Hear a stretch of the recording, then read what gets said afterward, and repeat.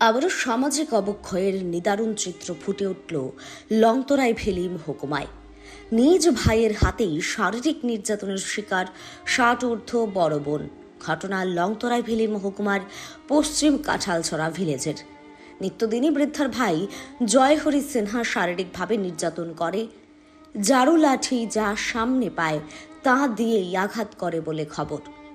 অভিযোগ, পৈতৃক সম্পত্তি আত্মসাৎ করতেই বৃদ্ধাকে মারধর করে ধীরে ধীরে মৃত্যুর পথে ঠেলে দেওয়াই লক্ষ্য।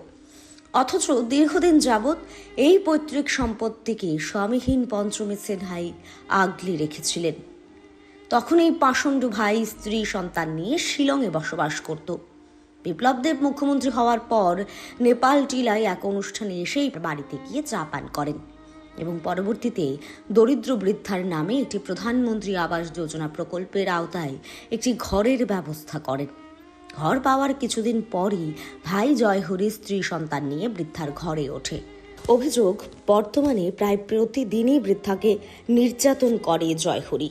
এলাকাবাসীর দাবি, পুলিশ তদন্তক্রমে জয়হরির বিরুদ্ধে কঠোর আইনি পদক্ষেপ গ্রহণ করুক। প্রশাসন এবং বৃদ্ধাকে একটি সরকারি হোমে রাখার ব্যবস্থা গ্রহণ করার জন্য। এখন দেখার প্রশাসন কি ব্যবস্থা গ্রহণ করে। স্যান্দন টিভি।